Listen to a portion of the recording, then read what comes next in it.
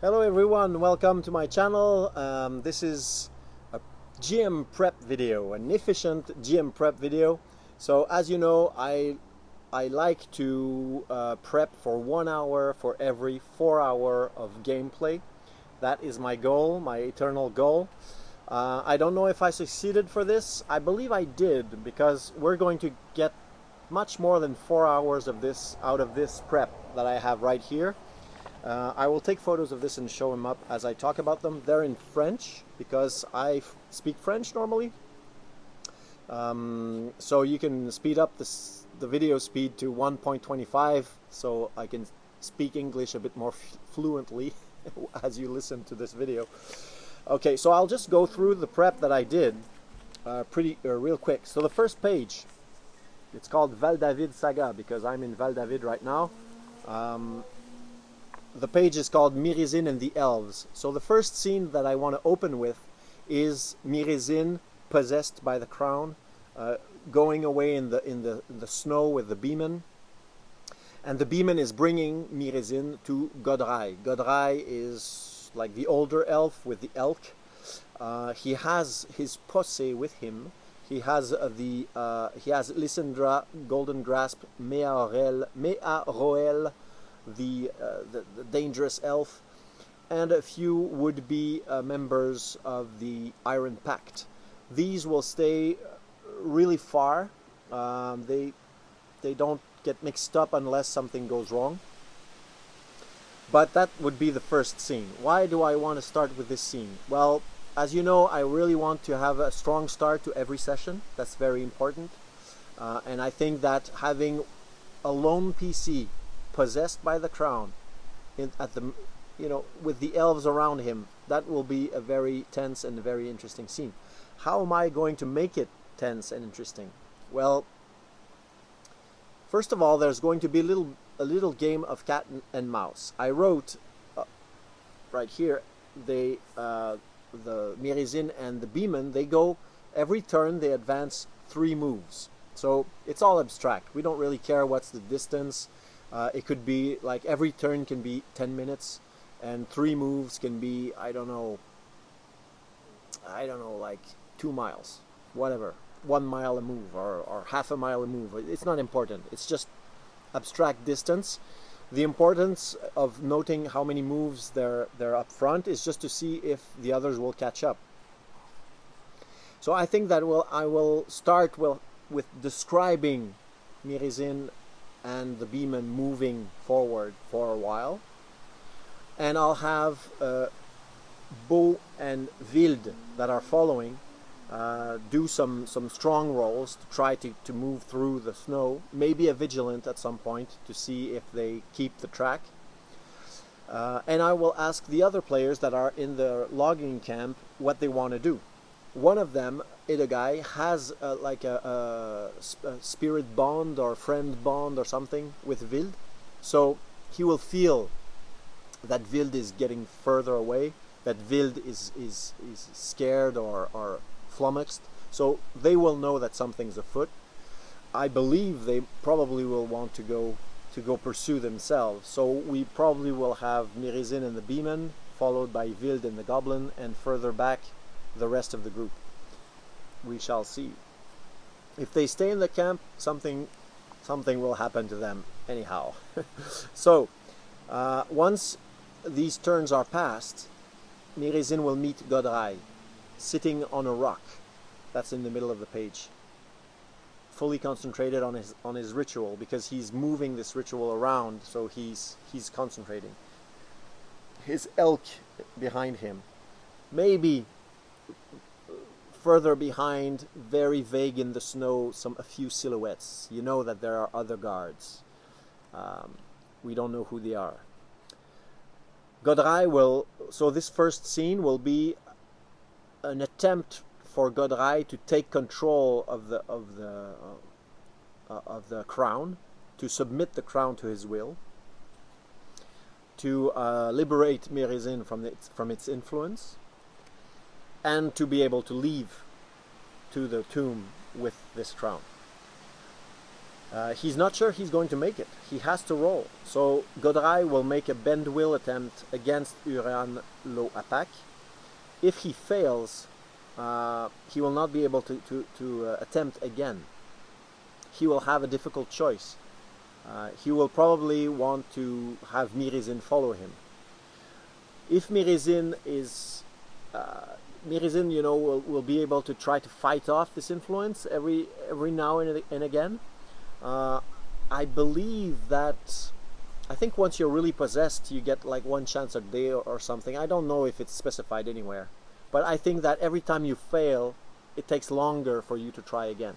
So right now that's I'm deciding this, okay? Because you need to decide things to keep the game interesting, and I'm going to use that little mechanic, which is that he has just been possessed. He's still fighting against Urian's influence inside his mind. He's not tired yet, so he will get another try at some point, and I believe I will give this try during this scene. So if Godrai fails, maybe Mirezin will be able to shake it off. If Mirezin shakes it off, then the crown will try to possess another character, probably the demon, the other elf, or maybe even Godrai. We will see. We will see. Anyway, the things could go south. Things could become complicated. Maybe a possessed person with the crown will try to flee this scene, and at some point, maybe the elves will shoot down this person to keep control of the crown. We will see. That's one part of it, the action part. Also, Godrai isn't really like he would like to liberate Mirezin to free him from the influence. Eventually, he will have to do it, but it could be later on. He could, because Mirezin wants to follow them. They might all leave to the tomb with Mirezin. So we'll see what happens. One thing is certain is that the time that they take to do this scene will give an opportunity for Vildenbo to catch up. So Vildenbo might erupt on this scene. Once they've resolved this scene in a way or another, and the elves start moving north with the crown, Godrai knows that there's probably people following. So he will bring them to the Dolmen, and that is the second page. The Dolmen is a place that I had introduced when Mirezin first met Agdala, the witch, the mother of Alamar. He met her at her witch circle, which is very near this Dolmen. And this Dolmen is an entrance to the underworld that leads to the abyss, the tunnels that lead to the Crystal Isle under Thistlehold, amongst other things. So it's part of this network of caves. It is defended by specters, wraiths of the Beast Clan, the same kind of wraith that you find in the Crystal Isle, around in the lake. Actually, I might use other stats. I'm not sure if, I might use Frostlights or Wraiths or the Wraiths from the book, Wrath of the Warden, or a mix of all of those. They're pretty similar anyways. It's just a level of power that differs a bit. But these Wraiths are there, translucent white silhouettes of warriors of old. And of course they are attracted by the warmth of living creatures. But they are also very angry at anything that symbolizes Ambrian dominance. So we will see what happens there. I hope that the PCs will investigate the Dolmen a bit more. I might have one of those wraiths emerge from the hole under the Dolmen, even though it's behind brush trees, just to give them a bit more an idea that there might be more to this Dolmen than just rocks. And I did, at the bottom here, the tunnels. So the tunnels, there's a strong chance that they won't explore those very much, or maybe later, maybe not now. So I just created a very quick network of caves. You can see the lines. So the entrance is not very well specified. At the bottom, it's written WOTW, page 93. Beside that, there's like a little fountain. That's the entrance. That's the dolmen is there. And the double lines are the way is going down. The hash marks are when it goes back up, and the full line, solo line, is when it's level. So you can see the network, how it's written. So it goes up, it goes down, then up, then down again, then, you know, and the numbers are the different places where, major caverns where something can happen. So in the first cavern to the right, I have, actually it's the cave connects with the with the tunnel of a world serpent. So very old tunnel. It's not, there's no world serpent in the area right now, and that tunnel leads back up to the surface further south. Number 2 is a lesser node. So there's a node there, a crystal in the middle of this cavern, very black, very corrupt, and there's like a cloud of corruption flakes floating above it. All of those I rolled in the GM guide. There's the underworld section. There's a table of encounters in the underworld, so I just rolled on those. Number 3 is a chasm. That's my decision, because number 3 is the way to get to the Crystal Isle, so I had to block it somehow. So I have this chasm, and there's 2 beast guards and two clan beasts that are guarding this place. So they might fight these creatures. I don't know on which side I will put them yet. We'll see when it happens, but they could have a first encounter with these malformed, blight-marked barbarians. And that would be a great reveal. Of course, they don't know that this is going all the way to under Thistlehold, and I don't think they will suspect it. Number 4 is the witch circle. So there's an old witch circle there that was used by the witch of the Beast Clan, that is closer to the exit to the Davokar forest. So it's a place of alchemy, of when the witch would go pick mushrooms and flowers and herbs in the forest, she would come down to this cavern to make her concoctions and her trances, and without having to go further off. So it just presents the idea that there is a witch involved here. And the last one, number 5, is like a hub. It's a cavern with 3 other passages leaving from there, leading further off into tunnels that don't connect with the Crystal Isle. And there's a secret door. There's a big rock that blocks off a part of this cavern, and behind there is hunting trophies, weapons, tools for the hunters. And there's the biggest trophy is the cranium of a lindworm, which I think would be very interesting, because it will be the first time that they see such a beast. There you go. I put a little symbol here. That's the symbol that's on the shields of the wraiths. It's the symbol of the Beast Clan. The next page, very quick. It's just how I'm going to manage the different distance during the chase. You know, how many points they need to have to catch up and stuff like that. Next page. I have Cargoy, Salamos, Baumelo, and company. What's going on with them? They are furious. They are furious. They last thing they know is that they were stolen the Water of the Dusk. They know that these people are working for Lessifar Night Pitch, which is a problem, but it's not that much of a problem. And what happens is when the characters leave Thistlehold, of course there's an informant in the watch at the North Gate that goes up to Cargoy and tells him what's going on. Same thing with Baumelo. Baumelo has informants at every gate. He wants to know who's going in, who's going out of the city, especially when he knows that there's this crown in the possession of the Ordo Magica. So Cargoy learns that they're gone in the forest. He reconvenes with Baumelo, or Baumelo goes to him, something like that. And they decide to create a hunting party and to go out there and use the fact that these PCs are in the forest as an opportunity to just kill them, bury them, make them disappear. They have a guide called Coral, just a guy that I just created. Is a ODAV guide. So they pursue.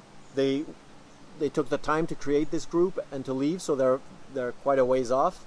They follow all the way to the camp of the woodcutters. They arrive there as night is falling. So if part of the group has stayed in the camp while the others go after Mirezin, they will have 32 men coming in. It's going to be something. I don't know what they will do, but they might be in deep shit. Kargoy wants, of course, he wants to kill the PCs, but he would prefer to have the proof that the PCs have done some mischief, to be able to have a righteous kill. But he wants the water of the dusk. That's the main thing. He wants that beyond anything else. Once he knows that they know that he has dragouls in his basement, he might want to kill them outright. Baumelo is on a sleigh. He has a sleighman with him. He has his young mystic on a leash. He has his men, 9 of them. And, well, actually 8. I might add their chief as a 9th one.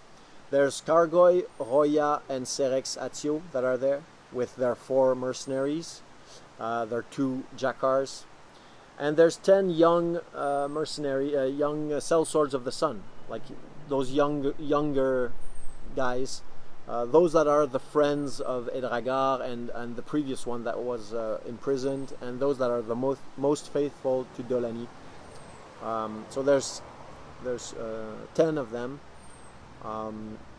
No, there's 12 of them. 10 are the younger ones, the weaker ones, and 2 have the same stats as Dolani. They are like Edragar, they are more experienced, more combat worthy, but they're still not very formidable opponents. So all of these people will arrive in the camp, and once they're there, they will probably follow in the snow. They can follow where the beeman went with Mirezin and all the crew behind them, because they're making such a big mess everywhere they go. And once the elves have left, the storm will stop. So there won't be much snowfall to cover these tracks. So they will be easy to follow. The thing that will help is that this big group is on the hunt. They're not trying to be discreet. They're trying to be fast. So the PCs will probably hear them coming before they are on them. But it will be quick. They will have a few minutes to react before something bad happens. Next page is the timeline. I just described, like we're on the 20th day, so I wrote what's going on with Culinan, Furia and company at the same time.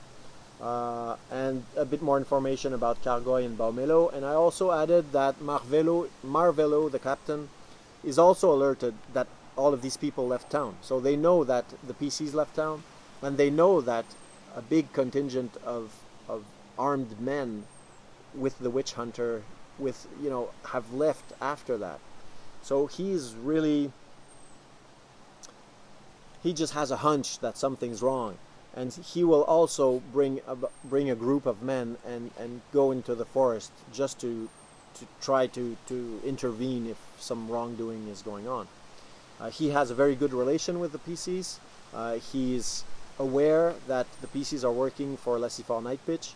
So if Baumelo wants to help the PCs, then that's good. But if they are opposing the PCs, then they are also opposing the mayor. So, and that's, of course, you see the principle of waves, waves of enemies. Well, waves of characters is also a way to have some security as a GM. If things go really bad between the PCs and the 32 men of the posse, they will die right there and then, and I will have a TPK on my hands if I don't have some way to narratively get them out of this tight spot.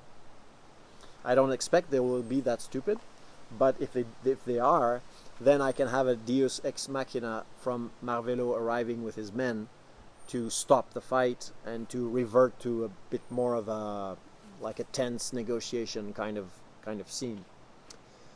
I wrote here on the 22nd, Cullinan and company, that means with Erlabert's crew, and Eufrinda will come back from the Vale with the codexes that they stole from the underground of the Tower of Ambriagos.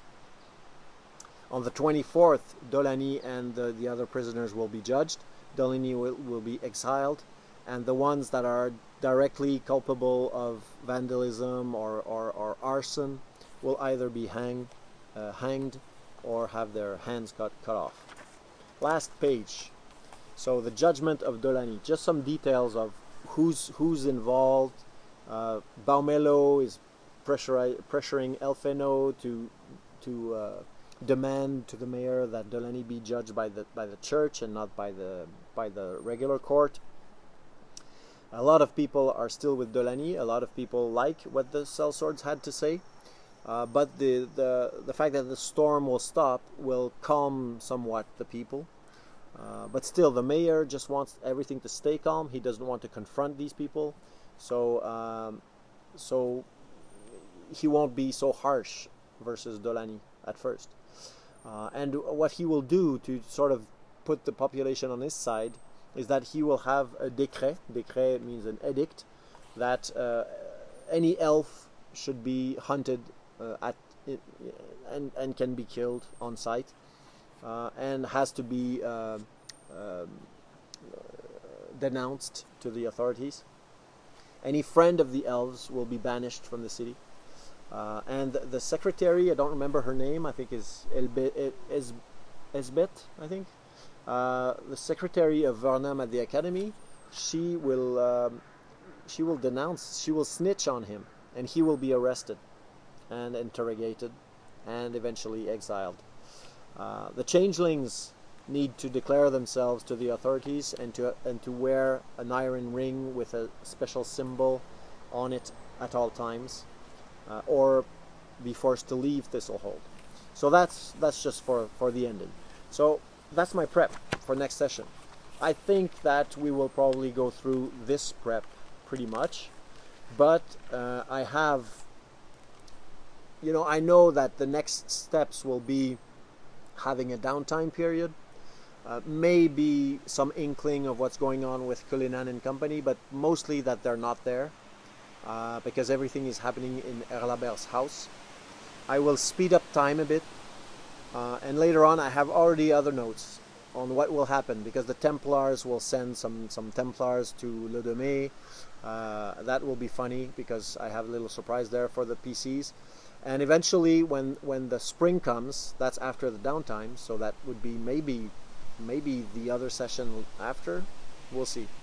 Then I think I will send the PCs to play Tomb of Dying Dreams, because Eufrinda she will be furious that the crown is gone.